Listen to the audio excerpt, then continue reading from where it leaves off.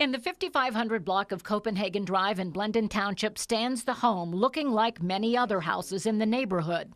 But behind these doors, violence. NBC4 asked for police runs over the last 3 years.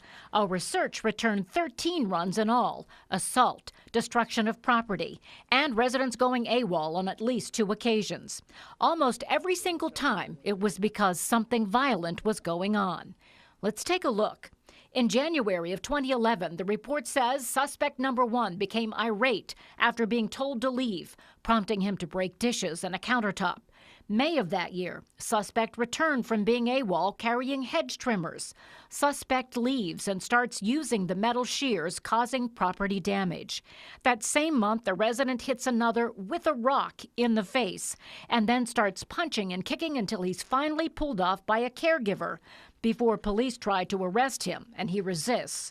In June, another resident caught trying to go AWOL. In 2012, the runs decreased and things seemed more controlled.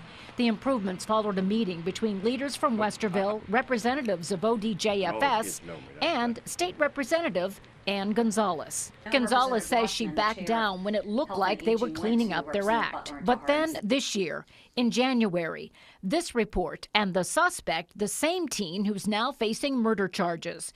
In this case, he was threatening to hurt himself, and then he left. When he was found, he was pink-slipped.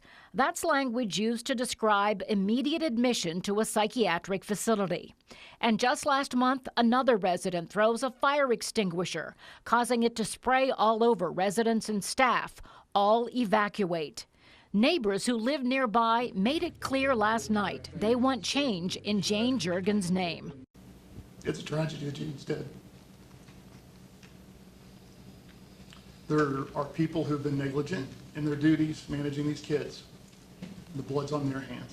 I don't ever want to fear this again, and neither does anybody on our street. Residents now want a law created where people working in the group homes meet special requirements. They also want notification if violent offenders are living in group homes. We don't know why.